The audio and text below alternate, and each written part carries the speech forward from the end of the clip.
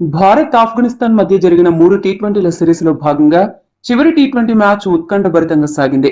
రెండు జట్లు కొదవ సింహాలులా తలపడ్డంతో అభిమానులు అసలైన క్రికెట్ మజాను ఆస్వాదించారు. ఈ మ్యాచ్ లో 2 సూపర్ ఓవర్లు జరగడంతో ఈ మ్యాచ్ బ్లాక్ బస్టర్ మ్యాచ్ గా మారిపోయింది. కెప్టెన్ రోహిత్ శర్మ ఓపెనర్ గా జూలు విదిల్చిన సింహంలా గర్జించి సెంచరీతో చెలరేగిపోయాడు. అతడికి అండగా రింకు సింగ్ రఫాడించాడు. వీరిద్దరూ ఓ రేంజ్ లో రెచ్చిపోయి ఆఫ్ఘనిస్తాన్ బౌలర్లకు చుక్కలు చూపించి ఇండియా గెలుపులో కీలక పాత్ర పోషించారు. వీరిద్దరూ కలిసి చివరి 5 ఓవర్లలో 103 పరుగులు సాధించారు అంటే ఏ రేంజ్ లో విధ్వంసం సృష్టించారో అర్థం చేసుకోవచ్చు. ఈ మ్యాచ్ లో ఇండియా సులభంగా గెలుస్తుంది అని భావించిన ఆఫ్ఘనిస్తాన్ బ్యాట్స్మెన్ చివరి వరకు అద్భుత హిట్టింగ్ తో పోరాడి టీమిండియాను చివరి ఓవర్ చివరి బంత్ వరకు టెన్షన్ పెట్టి చెమటలు పట్టించారు. ముఖ్యంగా గుల్బదీన్ నయీబ్ 200కు పైగా స్ట్రైక్ రేట్ తో బ్యాటింగ్ చేసి అద్భుత పోరాట పటిమ కనబరిచి ఈ మ్యాచ్ ను సూపర్ ఓవర్ కు తీసుకెళ్లాడు. టీ20 క్రికెట్ చరిత్రలో ఇప్పటి వరకు 2 సూపర్ ఓవర్లు ఒకే మ్యాచ్ లో జరగలేదు. అలాంటిది ఈ మ్యాచ్ లో 2 సూపర్ ఓవర్లు జరిగాయి. సూపర్ ఓవర్ లో ఇప్పటి వరకు ఓటమి ఎరుగని టీమిండియా ఈ 2 సూపర్ ఓవర్ల మ్యాచ్ లో కూడా విజయం సాధించి సరికొత్త చరిత్ర సృష్టించింది.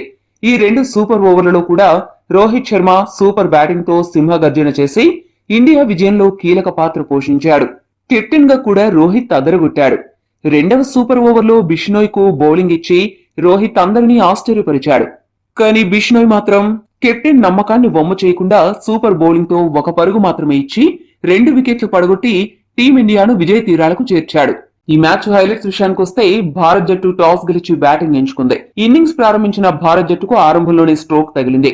భారత్ జట్టు ఇన్నింగ్స్ 3వ ఓవర్లో వరుసగా opener Yashasvi Jaiswal, 1 down batsmen కోహ్లీని అవుట్ చేసి భారత్ జట్టును ఫరీద్ అహ్మద్ డిఫెన్స్ లో పడేశాడు. టీ20 క్రికెట్ లో కోహ్లీ మొదటిసారి గోల్డెన్ డకౌట్ అయ్యి నిరాశతో వెనుదిరిగాడు.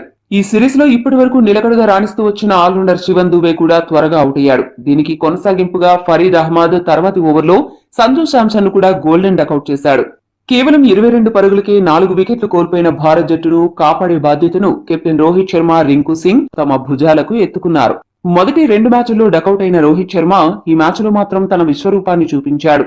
మొదట్లో నిలదొక్కుకోవడానికి కొంత సమయం తీసుకుని నెమ్మదిగా ఆడిన రోహిత్ ఆ తర్వాత మాత్రం తన సత్తా ఏంటో చూపించాడు. మరోపక్క రింకు సింగ్ కూడా అదే స్థాయిలో దూకుడుగా ఆడుతూ భారత్ జట్టు స్కోరును పెంచడంలో తమ వంతు పాత్ర పోషించాడు. ఇదే క్రమంలో captain Rohit half century mark అందుకుని మరింతగా రెచ్చిపోయాడు. దొరికిన బంతిని దొరికినట్లుగా బౌండరీలు, సిక్సర్లు కొడుతూ అభిమానులను అలరించాడు.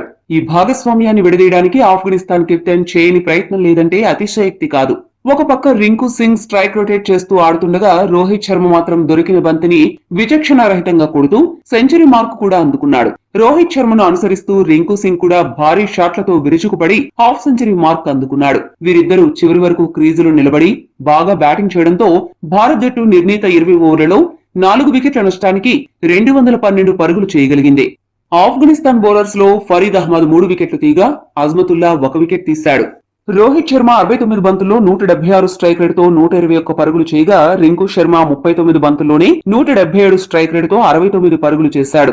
వీరిద్దరూ 190 పరుగుల భాగస్వామ్యం నెలకొల్పారు. రోహిత్ కు టీ20 క్రికెట్ లో ఇదే అత్యధిక స్కోరు కావడం గమనార్హం. హిట్ మ్యాన్ కు టీ20 క్రికెట్ లో ఇది 5వ సెంచరీ కావడం విశేషం. దీంతో అంతర్జాతీయ టీ20 క్రికెట్ లో 5 సెంచరీలు చేసిన మొదటి ఆటగాడిగా రోహిత్ శర్మ సరికొత్త రికార్డును తన ఖాతాలో వేసుకున్నాడు. దీనితో పాటు టీ20 క్రికెట్ లో అత్యధిక పరుగులు సాధించిన టీమిండియా కెప్టెన్ గా రోహిత్ నిలిచాడు. 213 పరుగుల విజయ లక్ష్యంతో బరిలోకి దిగిన ఆఫ్ఘనిస్తాన్ జట్టుకు ఓపెనర్లు మంచి ఆరంభాన్ని ఇచ్చారు. ఓపెనర్లు గర్బాజ్, జద్రాన్ అర్ధ సెంచరీలు సాధించి పెవిలియన్ చేరి ఆఫ్ఘన్ బ్యాటింగ్ కు గట్టి పునాది వేశారు.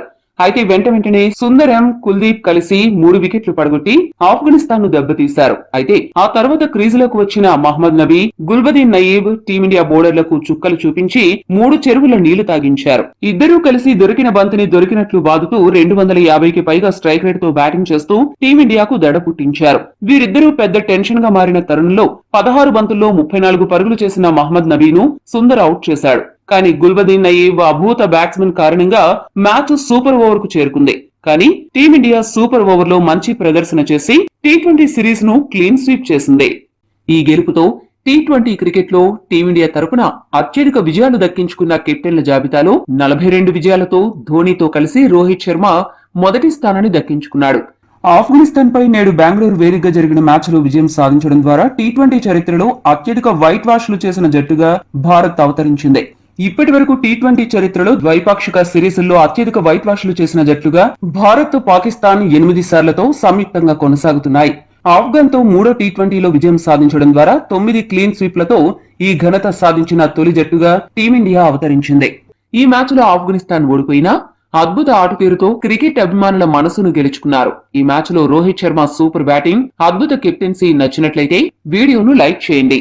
చాలా కాలంగా జట్టులో సుస్థిరమైన చోటు కోసం ఎదురు చూస్తున్న సంజు శాంసన్ ఈ చోటులో ఆడి ఉంటే అతడి క్రేజ్ ఒక రేంజ్ లో పెరిగేది. కానీ మ్యాచ్ విన్నింగ్ ఇన్నింగ్స్ ఆడడంలో విఫలమవడం సంజుకు పెద్ద ఎదురు దెబ్బ అని చెప్పాలి. సంజుకి అవకాశాలు ఇవ్వకపోతే ఇవ్వలేదని అభిమానులు గగ్గోలు పెడుతూ ఉంటారు.